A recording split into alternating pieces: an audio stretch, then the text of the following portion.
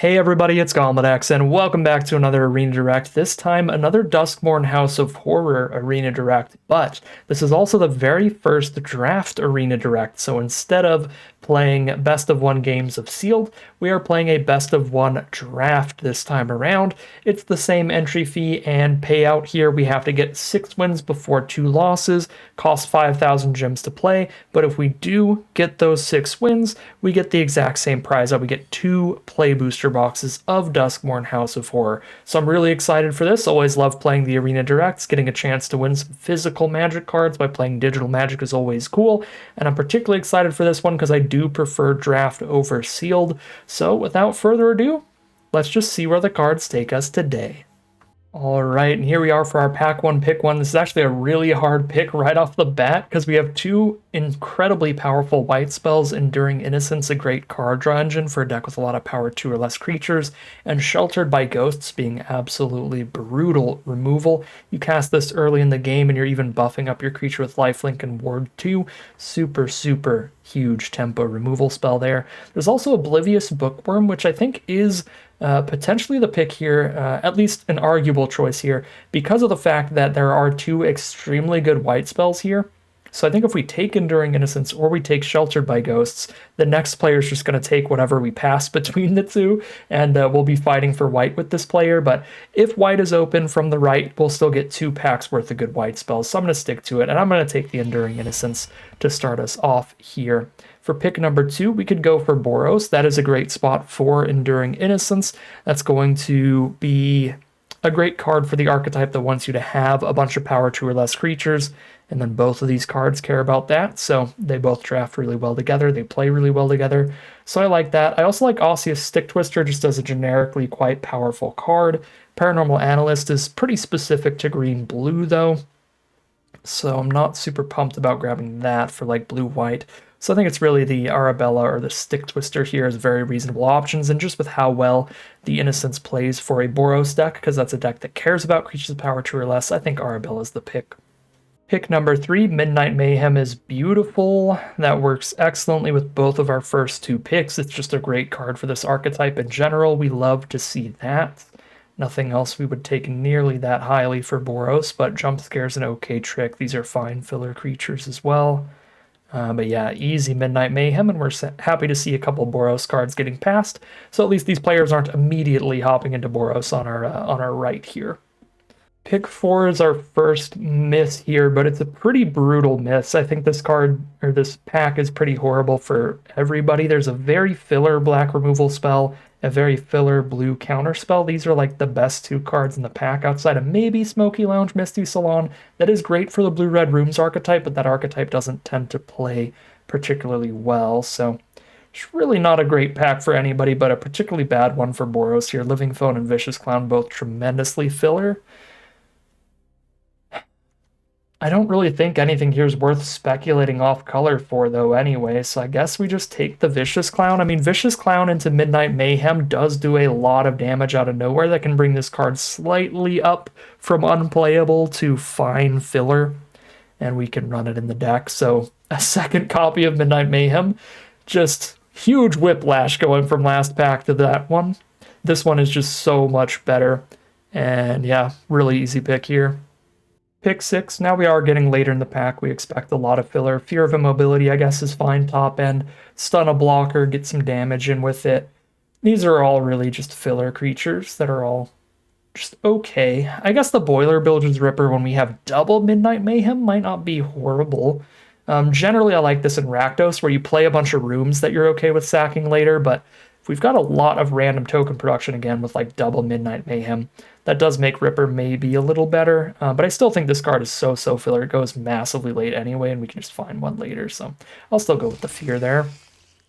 Pick 7, another super filler pack. Best card is Twist Reality. We can take Cheerleader for our filler 2-drop creature, which we are going to need a pretty high quantity of to be an aggressive little Boros deck here, so I think it's Cheerleader here, but there's also a filler combat trick and a filler removal spell.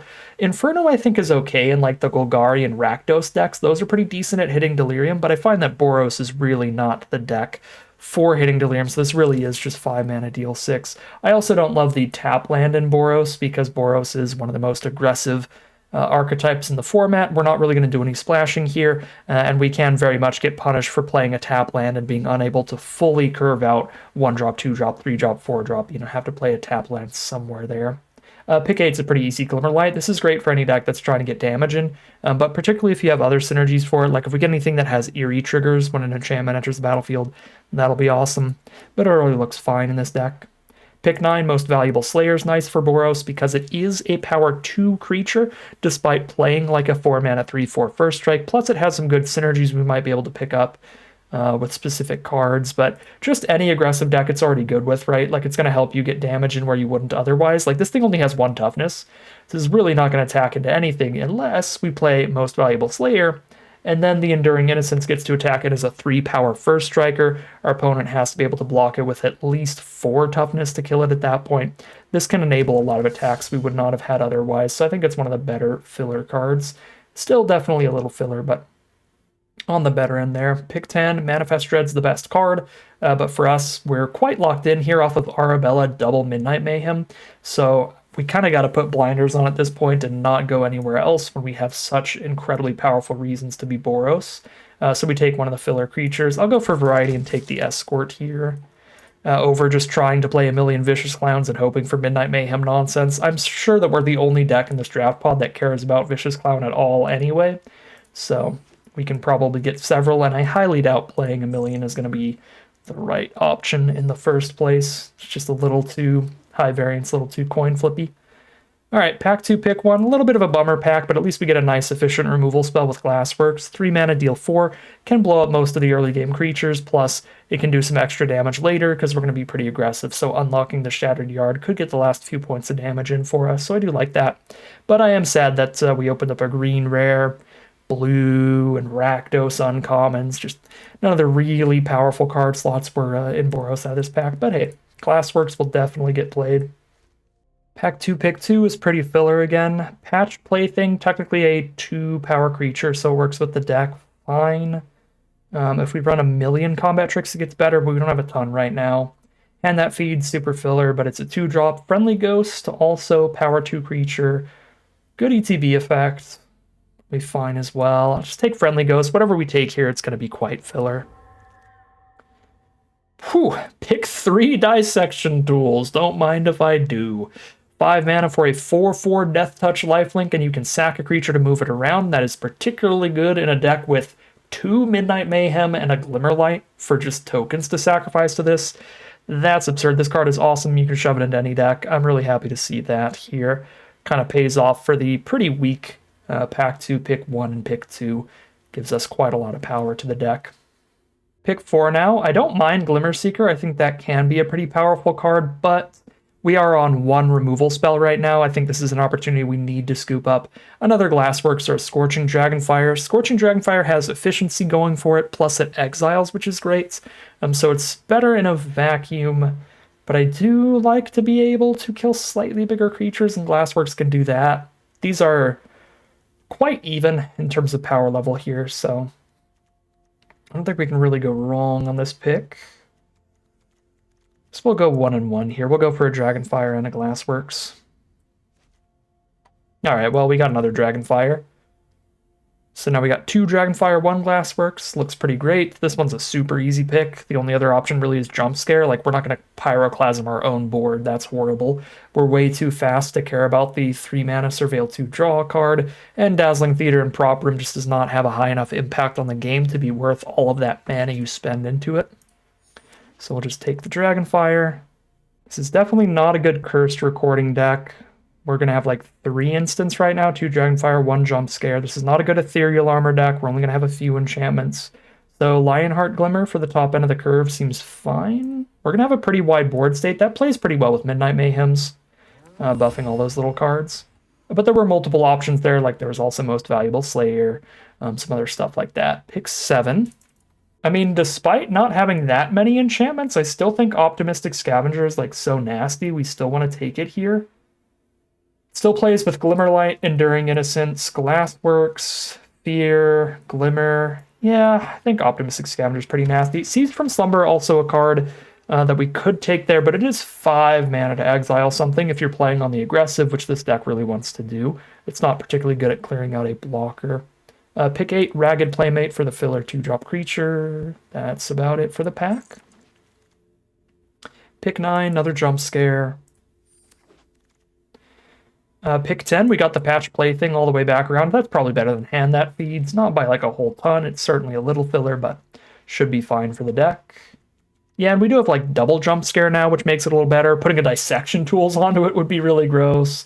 Putting +1/+1 counters onto it with Scavenger or a Glimmerlight onto it. We got some good ways to use the plaything here. Pick 11, here's Vicious Clown if we want to, again, try to lean into the high rolliness of like maybe turn 3 Clown, turn 4 Mayhem. I still think not a super consistent strategy. This card's quite bad. Otherwise, pick 12, Grand Entryway is such a huge pickup for this deck. I mean, this card's just okay in Boros normally. It's really good in decks that care about Eerie a lot, like blue-white, I think is where this card is awesome. But the fact that we have Optimistic Scavenger with that is really exciting. We also have cards that we like to put +1/+1 counters onto, like the Patch Plaything. So I think Grand Entryway is actually going to be like sick here.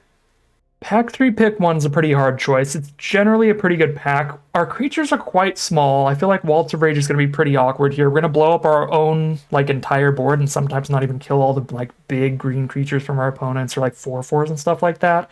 I don't think it's a good Waltz deck, but it's a good Percussionist or Turn Inside Out deck, but also Surveillance has good synergies by being an enchantment, and Machete is a good card in general. I'm just going to go full aggro here. I'm going to get the 1-drop Haster. It's got that power 2 or less as well. It replaces itself when it dies. I think the card's just pretty good in the format, so we can take that easily. Pick 2, pretty sad pack here. Very little for us. Incredible Oculus for the blue decks, but clearly we're not that, so it's just a Hand That Feeds. Another filler 2-drop or Fear of Immobility. I don't know that we want more 5-drops between Fear, Glimmer, and Tools already, so I'll just take a Hand That Feeds and have it as an option. Pack 3, pick 3. There's that Grand Entryway Elegant Rotunda again. That could be nice here when we're curving out with Scavenger. Again, without like the Scavenger the Plaything, it's kind of just okay, but it has those two like really, really solid combos, so I am interested in it. That said, I'm not like flush with removal spells right now, so a Trial of Agony, as kind of mediocre as it is as removal, it can still really help get damage in. I think I'll still go Trial over Entryway, especially when there's a Gremlin Tamer in that same pack. I feel like if anybody's doing the really enchantment-heavy stuff, they can quite easily take the Gremlin Tamer, and then seeing as we wheeled a Grand Entryway like pick 13 or something previously, we probably just wheel that Entryway and get it anyways. Pick 4, very easy Betrayer's Bargain. That's a way better removal spell than Trial of Agony, and I already was perfectly in the market for more, so we can take that. Really good at sacking a Glassworks or an Elegant Rotunda that's just sitting around doing nothing, or even just being cast at 4 mana or sacking a Gremlin or something. There's a lot of great ways to use that. I would be happy with Fear of Surveillance here as well because we have that Scavenger, but that's not nearly as strong of a card as the Betrayer's Bargain. Pick 5, I'm really not going to play Beastie. We've actually become decent at hitting Delirium, not like really good at it, but I still think I'd rather have Seized from Slumber. Oh, Seized from Slumber doesn't exile in this format. Oof. Okay, that's not as good as I thought. I'm getting mixed up with Ether Drift White Removal Spell, which is the same card, but it exiles, and it can target vehicles. I still think I'd take it over Inferno, I just don't. Even though we're getting better at Delirium, I still don't think we're quite at the consistent point where I'd just rather have the card that is sometimes more efficient. Easy Shard Mage's Rescue. I'm just not running 6-drops in here, period. Friendly Ghost is probably a little stronger than Playmate, but I could see the argument for still taking Playmate just for more options cheaper on the curve, but I think I'm just good there. We'll just play like one of everything down here. Pick 8. Glimmer's really the only option. We're pretty aggressive. I'm not trying to like get some campgrounds and splash in any of this blue. Yeah, they're not even good cards. Like unless I'd like took their Gremlin Tamer, but even then I don't want to try to get it splashing. I can take Waltz here. I think we end up having to cut it in this deck though. I mean, almost every single creature we have is 2 or less power. Like this just does not really do anything but kill our own creatures most of the time. So it's so sad. The Walt's like wheels, and then we still just don't play it in this deck. Pick 11 is nothing. Pick 12 is nothing.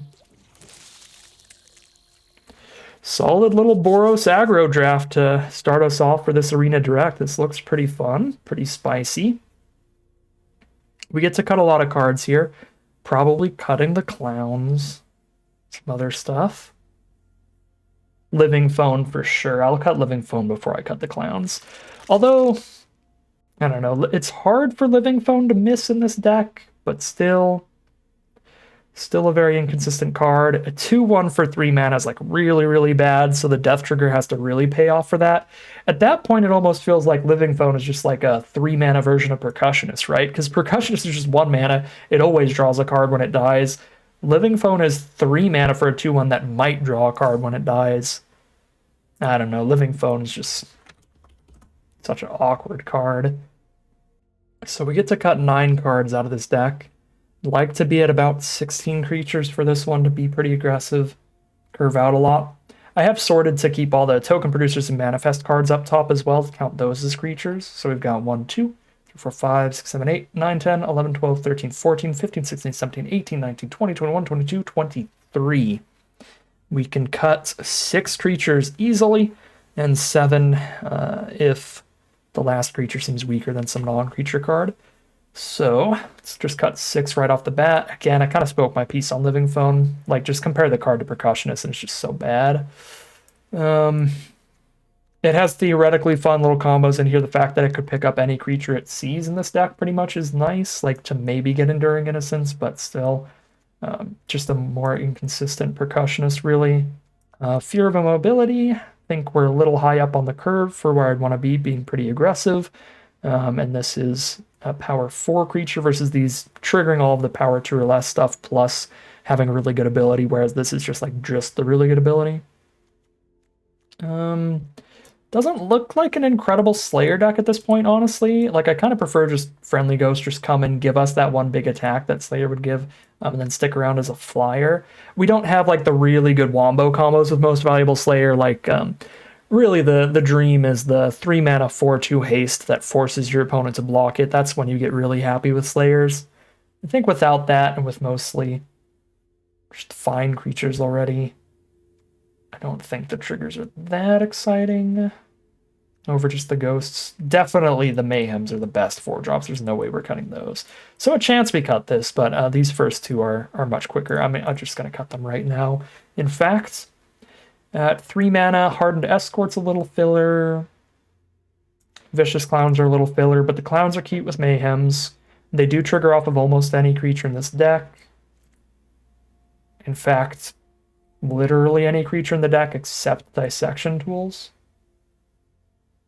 Well, it's Manifest, then attach this. So I make a 2/2 and then attach the equipment. So it is literally every creature in the deck that triggers the Vicious Clown. Okay, I mean, I like them better than the Escort then, but they're still certainly a bit filler.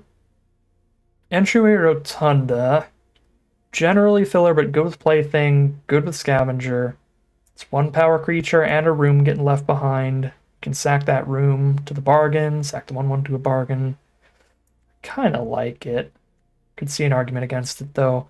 But also I like having a lot of 1 and 2 mana cards to really curve out consistently, so I don't know if I'm cutting any of these 2-drops. 1, 2, 3, 4, 5, 6, 7, 8.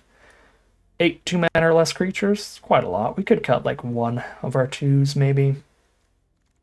Hand That Feeds might be the worst 2-drop in here. Yeah, everybody else has a chance of doing something a little earlier in the game, whereas Hand That Feeds is only once it's got Delirium, generally quite a bit later in this deck. So I cut those, and then we're on 2, 7, 8, 9, 10, 11, 12, 13, 14, 15, 16, 17, 18, 19 creatures still. So still want to cut like 2 more at least. Cut a Slayer and a Clown, I'll still run the 1. This looks fine. I mean, maybe the entryway is more cute than anything. Because it is really just the one optimistic Scavenger I'm particularly excited about, and I could still go lower on the curve, cut a Ghost or a Glimmer and put back one of the other Clowns or something like that, or a 2-drop. There are other ways to build this for sure. I only need to cut 3 more cards at this point, though, so I think I'm just going to cut a land right here, right now. And then 2 more to go.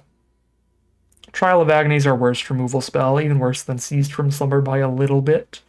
And I think I have enough to be able to do that. And then I could cut 1 Jump Scare or 1 Shard Mage's Rescue, because that's triple combat trick. That's a bit high up. Honestly, I don't think our deck has any cards that we really desperately need to protect with Hexproof, so I don't mind running Jump Scare over Shard Mage's Rescue, because the nice thing about Jump Scare is you can find a win out of nowhere, even when the board's cluttered up, by jumping something into the sky. Shard Mage's Rescue is better in decks with a lot of good bomb creatures. Our deck doesn't really have those. It's got like 1 Enduring Innocence, but what's so good about Enduring Innocence is that even when they kill it, it sticks around on the battlefield and gives us that ability. It does have 1 Arabella. Protecting an Arabella with a Shard Mage's Rescue would be nice, but it's not like we're a deck with like some kind of Overlord or Ghostly Dancer or something we really need to protect from removal. Dissection Tool's again the kind of card that's like, sure, they kill that 4/4, fine, we got the equipment left around to slap elsewhere when we've got extra creatures. Yeah, I think this is more of a Jump Scare deck than a Shard Mage's Rescue deck. Weirdly. I mean, I could just go 1-1. Meet in the middle there. But I don't know, I think this specific build, as I was saying, is just more of a Jump Scare build. So we cut those. And then I've got 1... Well, I've got the deck ready, but we can make some adjustments here. Like just putting in a good 2-drop over Grand Entryway. Just generically good card here. I don't think I have anything that's that great, really. It's just Hand That Feeds or Grand Entryway. Like, whatever our last 2-drop in this deck is, it's pretty filler. Unless I want to, again, like, cut another Ghost here to lower the curve again.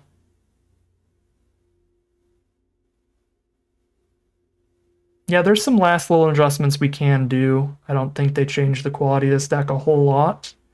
All things considered, all around. So... the question is really, how bad are we actually at hitting Delirium? So I have cheap artifact creatures that I can definitely get in the grave, so we can imagine artifact and creature in the grave. Can I get a sorcery in an instant? I don't believe I have any sorceries. Okay, I've got 2 Midnight Mayhem. I mean, I could just look here. 12 creatures, 6 instants, 6 artifacts, 5 enchantments, and 2 sorceries. It's not horrible, but there's no self-mill, there's no manifesting going on, there's really no surveilling either. I just do not think we're good at putting extra things in the grave to Delirium. We'll have to naturally hit it very late on average.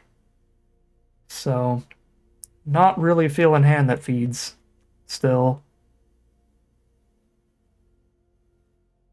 Yeah, I feel like the last changes are just really minor adjustments. Of like maybe a Slayer over a Ghost if we want, maybe a Clown over a Ghost, some little swaps like that. I mean, maybe even just skipping over 3s and playing a Slayer over a Clown. But I do like maybe we'll high roll. I don't know. Yeah, last adjustments here are really debatable for this deck, but I think I like where it's at. It looks like a pretty solid deck.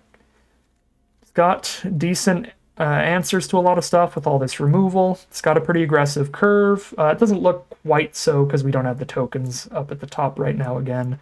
But those are all creatures. This is another creature. And it's got some spooky bomb power with cards like Dissection Tools and Enduring Innocence that can really take over the game. Yeah, pretty sweet deck to start off the Arena Direct with, so I'm excited to see how it does. So without further ado, let's just hop into the gameplay. We are going for a 9-7 split instead of the Arena suggested 8-8 though, because we just have more white spells than red spells, plus double white on Innocence, double white on Glimmer, all that stuff. So one final little adjustment there real quick, but now let's hop into that gameplay. All right, here we are for game 1 on the draw, unfortunately. Hand looks fine. It doesn't start till turn 3. That's a little bit of a bummer. I don't think we can mull this though, both colors and some pretty strong cards. There we go. We got a 2-drop to start off the curve now. Playing against Gruul, so probably a pretty aggressive matchup here. Might be a little extra painful to be on the draw. Don't love the trade. I've got a big life swing coming up with Midnight Mayhem to try to just be racing here. Okay, Spineseeker Centipede trade is not great either. But arguably a little better. I mean, in their color pair, they can hit Delirium a lot easier than most decks. And then that's a 3/3 Vigilance we're trading into here. Yeah, we just jam and then cast the Plaything up on blocks. Bit of a roadblock. Oh, they're still going to take the trade, fair. Alright. Here's Plaything.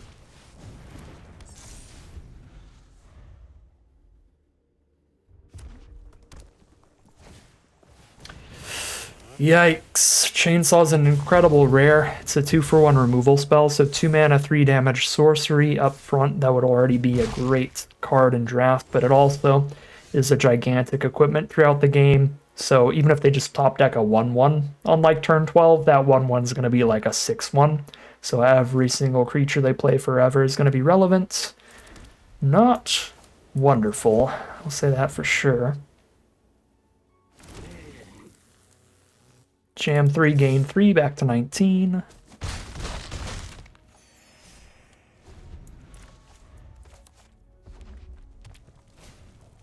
Balustrade Worm. Yep.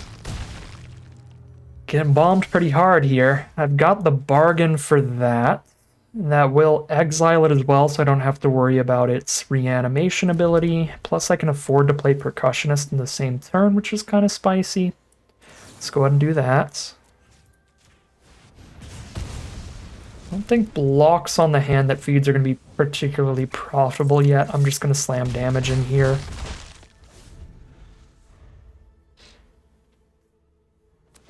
Might have to just Glassworks it if they don't have an additional creature. Alright, they have an additional hand. Sure. And they're just holding up unblocks. Dissection Tools with all the gremlins is a big one. It's +2/+2 Death Touch Lifelink. I could sack a gremlin immediately to move it over. I mean, the Death Touch makes it so it is... They have to double block, and Death Touch kills both. I mean, honestly, the 4/4 Death Touch Lifelink already a huge deal. I think we just play it slow here and just wait to swing till next turn. Like, this is really not bad unless they destroy the artifact itself. I guess what they can try to do is get that chainsaw building up more power so that a single creature trades in. Okay, yeah, sure, exile the equipped creature. I still got plenty more to slap it onto. As long as that equipment is still around. I wouldn't mind if I don't want to use a Glassworks or a Jump Scare next turn, sacking the Percussionist here. Oh, Bold Swing. Bold Swing against Lifelink, I'll take it. Alright. Yeah, I do not feel the need to cast Glassworks or Jump Scare here, so I'm going to draw a card off the equip. And cast whatever Percussionist hits. Whew. Yeah, I'll cast that, and I have Jump Scare up still. Go team, go. Little worried about the counterattack now. They trade into a 2/2, they swing back 5. But I can block plus Jump Scare and still win that on board. Glimmerlight. Still slightly win the block. I'm just going to equip the Glimmer, okay. One card in their hand, and our Glimmer has Ward, so it would have to be like something that buffs the hand and not shoots the Glimmer. Okay, they're just going to pass turn anyway. Sends 6 damage in the sky off Jump Scare, and then Shattered Yard for 1.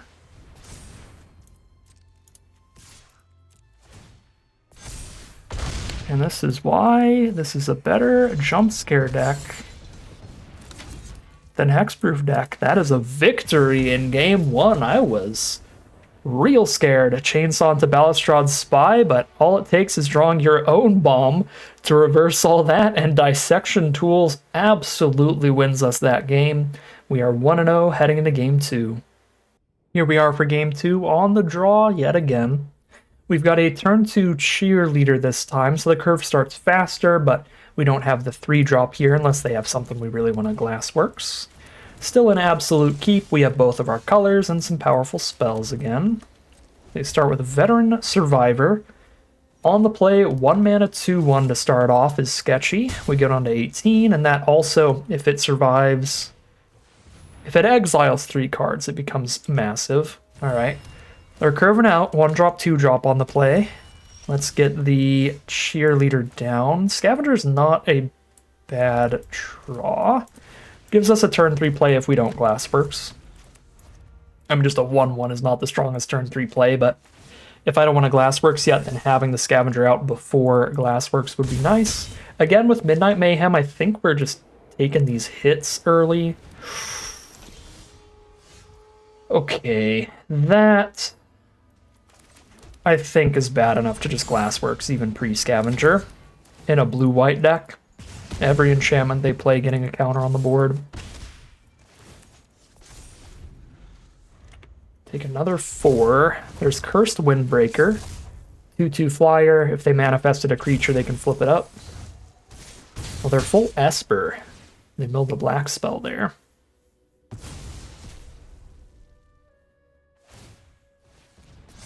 Okay.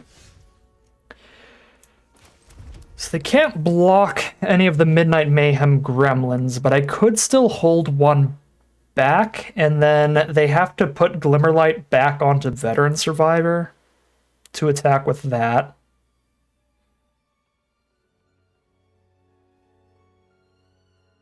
I doubt it's like play Midnight Mayhem and just don't attack with any of them, but I guess that's an option too. Because it's hard to hold off Survivor and the Glimmer.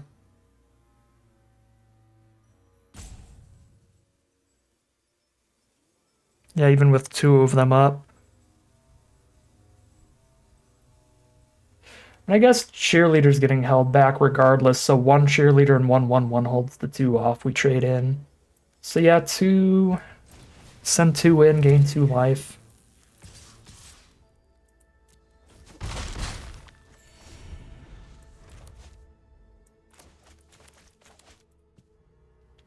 Little concerned here, we definitely need to hit some more spells. There's Trapped in the Screen on Cheerleader.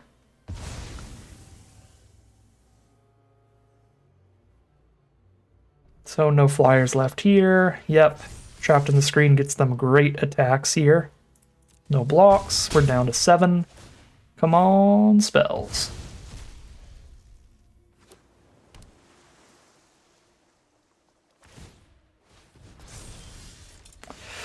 Entryway Rotunda. That is actually kind of gas with Scavenger.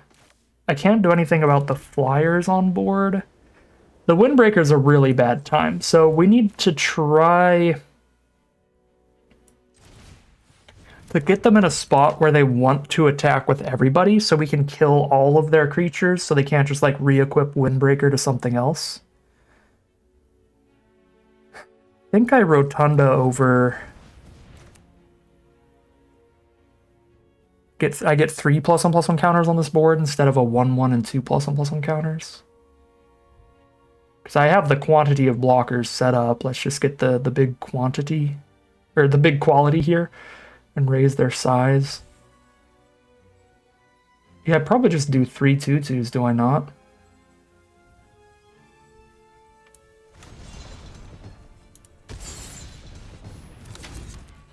Maybe 1 3/3?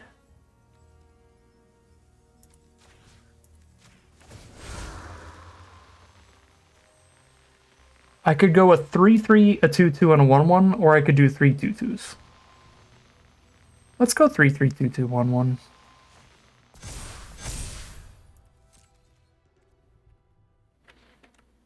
Definitely don't have attacks at 7 life.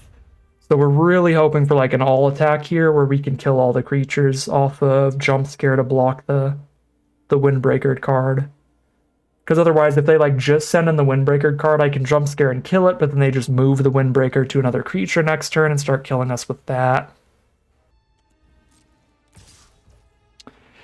They got the removal, they got the removal. Jump the biggest card that's least likely to die to them flipping this up. And then they just get to move Windbreaker and start killing us with the next one. Not a lot I can do there. Sure.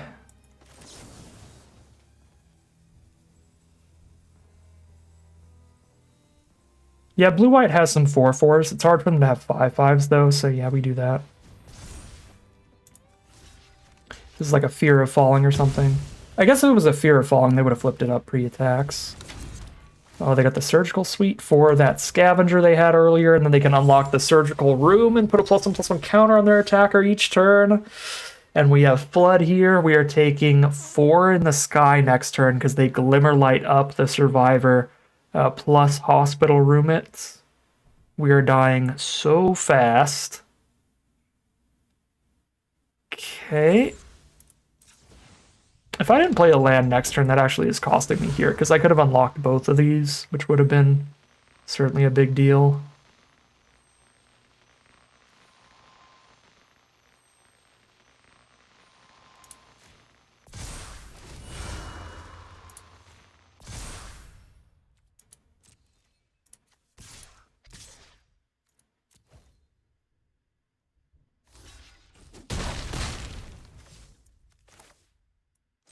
Okay.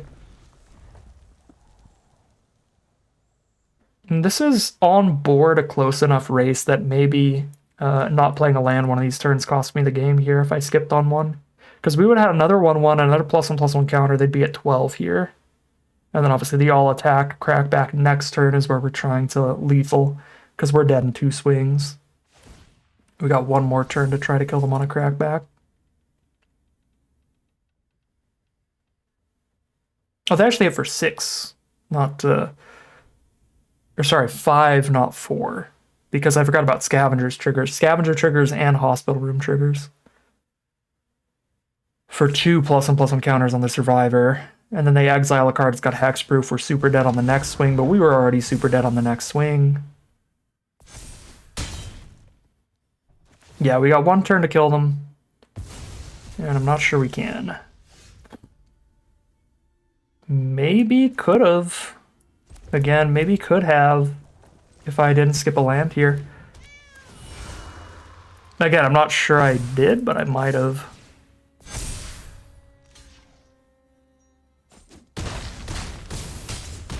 Yeah, 1 damage off. If I skipped a land that game, it cost us the game there. Just trying to bluff something random. Ah, bummer. All right, 1-1 heading into game 3. All right, here we are for game number 3. We are 1-1 right now.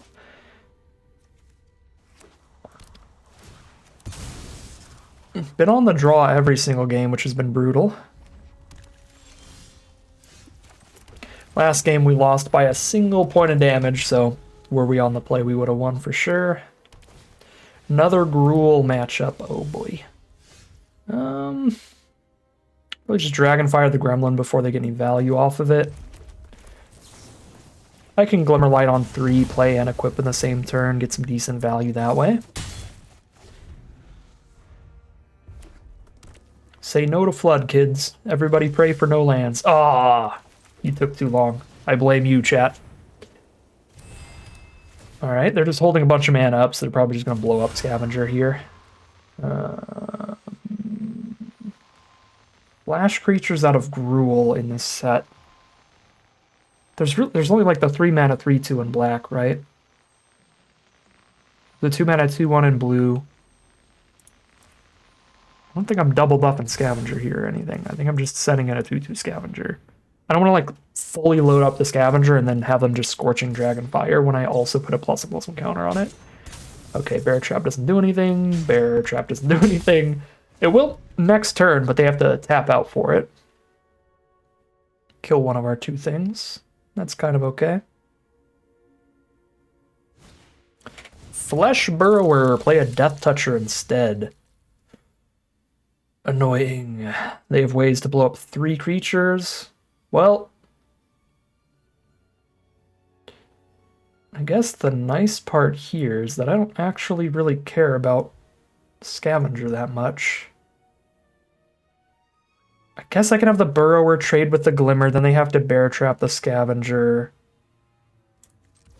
I mean, maybe if I leave Scavenger around, they will try to Bear Trap that instead of Bear Trapping Cheerleader, because it has more potential, like, blowout potential.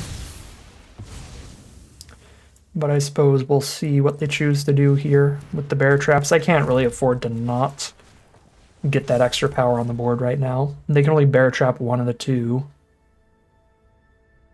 So there's a chance that Scavenger is like the lightning rod to keep Cheerleader around and try to get a flyer here. More cheap blockers to trade off with. Okay, Friendly Ghost is a nice draw. Can definitely get the Cheerleader into the sky. But then that definitely gets the Cheerleader Bear Trapped at best. But hey, I keep the Flying Ghost.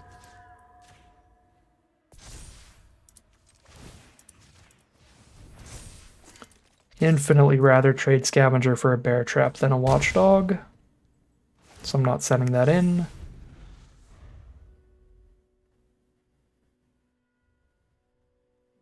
I do have the mana for the Seize from Slumber to clear out whenever they get the mana for a big green creature. Ew. Just all forced trades early here. Yeah, it's nasty. At least I get another Cheerleader swing. Can't afford to just chump.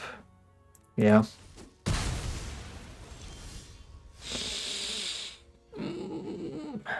Get out of my deck, Lance, please. I really Seize from Slumber for 1 more point of damage? There's no shot, right? I just spent 5 to Seize from Slumber a Watchdog, then they just Bear Trap a Cheerleader. I'm only getting 2 a turn anyway. I don't like this position at all. They haven't drawn a land in so long that we know that their hand is all gas and they still have enough removal spells on board to wipe our entire board.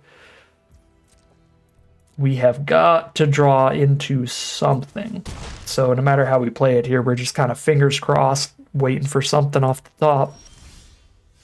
And these lands are not something off the top.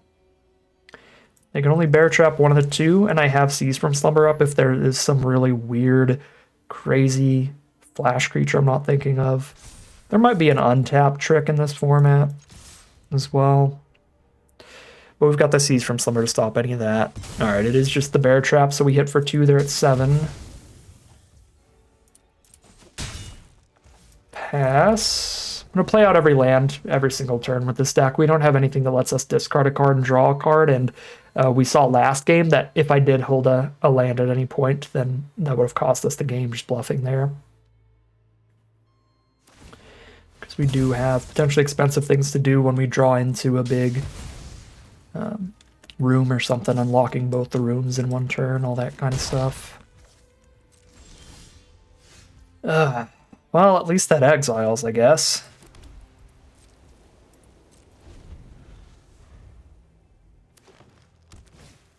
Most valuable Slayer. Gonna be 4 damage instead of 3.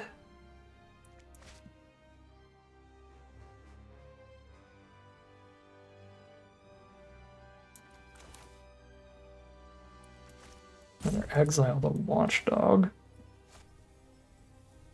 I can't kill both this turn. So I guess I should kill the Watchdog first to take no damage right now. It's a little worse if I draw into something I want to cast because it's 5 mana removal. I didn't draw anything I want to cast, I can tell you that for sure.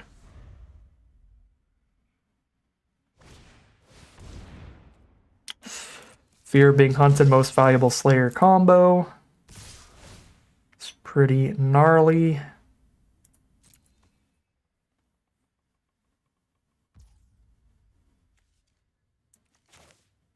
They're at 7 life. I really need to be able to keep future creatures on the board, so I'm going to kill the card that forces me to block and trade or chump. Because if I can just keep enough power on board, Jump Scare plus Glimmerlight +3/+3 in the sky. If I just keep 4 power on the board, I get a lethal crackback. Whoo, boy. Whoo, that's a big one. Midnight Mayhem off the top. I can hit for 6 right now, or 4 and keep my Flying Trick. I think 4 and keep the Flying Trick, because then if I put this on any 1/1 that's left behind, it's lethal in the sky next turn. Be easier to get that damage in if I can jump something in the sky.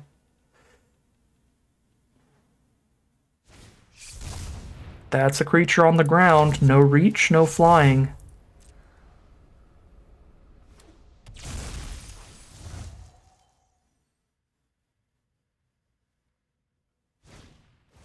That's a beastie beatdown, and they're tapped out for the lethal jump scare crackback. Might as well Glimmer too, just in case I'm super bad at math and this is somehow not lethal, but boy oh boy is it lethal. Get in there in the sky. That is 2 and 1 heading into game 4. Here we are for game 4. Ooh, get to try out Arabella this time around. It's a keep. This is our 4th game in a row on the draw. Such is the way of life.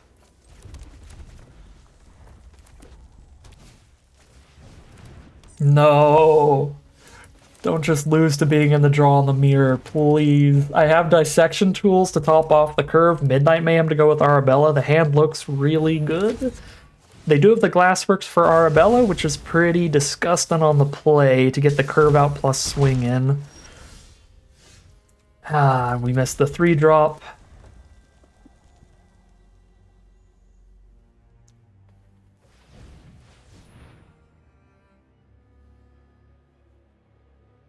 And it's funny, I was watching Newmott's stream before I started recording today to get a little bit more reacquainted with Duskmourn, watch him draft a little bit. He did exactly 1 run of the Arena Direct. He was on the play 6 games in a row. And 6-0'd. It was brutal. In a good way, it's the good kind of brutal. We have no such luck here. Yeah. Not so sure we can survive the Arabella with all these percussionists. There's a little bit of an argument to holding a couple 1/1s back to try to block percussionists. Oh boy. Wow. But the trades are all bad because they just immediately draw more cards. My lord, what is my life? They're gonna preemptive GG me as well. Congratulations, opponent. Dissection tools, pass. Super duper dead. Though, it's a big chunky booty lifelinker potentially. But I mean, they literally just hit Overlord of the Boiler Bilges, shoot me for 4, attack Arabella, shoot me for 3. They die before I can even gain life on blocks. That is so filthy. I mean, just straight up unstoppable stuff from opponent. Obviously, it would have ended up playing a little bit better to hold these 1/1s back, but we still die so handedly to Overlord. They even had the 6 mana for it. They didn't even have to impending it. Oh boy. So our best case scenario goes, we trade 2 1/1s into 2 percussionists. They draw 2 cards off of those instead. And then those 2 cards, let them just go land Overlord. Overlord ETB kills my Glimmer. Face down, I've got a single 1/1 left. Chump Arabella, still take 3, and there's just no recovering from there. I mean, yeah. The absolute blowout Boros curve out on the play. Bummer of a run here. There was one game we might have been able to change the outcome of, but that last one was certainly not the game.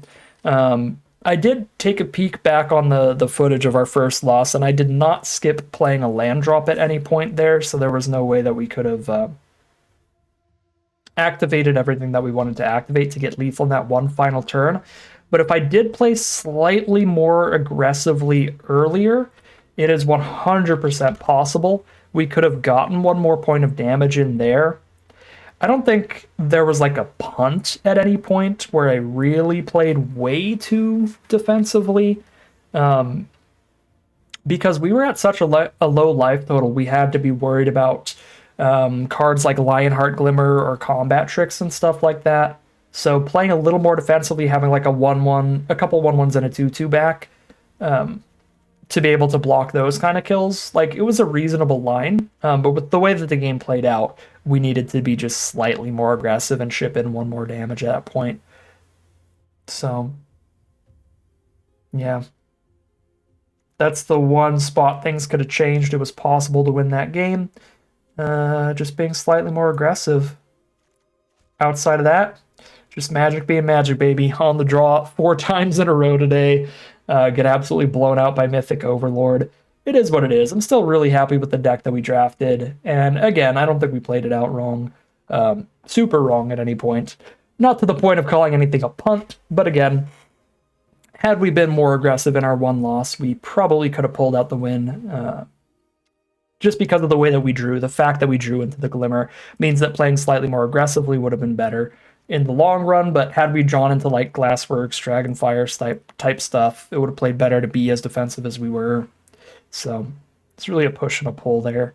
We couldn't have known for sure what we were going to draw into, so it is what it is. A 2-2 run for the first attempt at the Duskmourn Draft Arena Direct.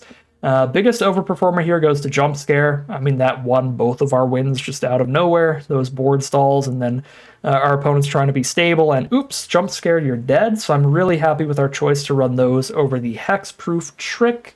Was there really a massive underperformer in the deck? No. I'm really happy with the deck build. I don't think anything in here was like horrifically bad or anything. It all kind of showed up and did its thing the best that it could. I think we did the best we could with the tools that we had, outside of, again, our first loss maybe being potentially changeable there. So 2-2 it is for today's draft. But that is going to end today's video. As always, I'd like to thank my patrons and YouTube members for their support, as well as you for watching the video. If you enjoyed it and are interested in seeing some more, you can always like, comment, and subscribe to tell the YouTube algorithm to send you some more in your recommended feed. If you'd like to catch me live, you can check out the Twitch channel in the link in the description below. If you'd like to support the channel directly, you can check out the Patreon link in the description below. But other than that, as always, thank you very much for watching, and I'll see you again soon for some more Magic Arena.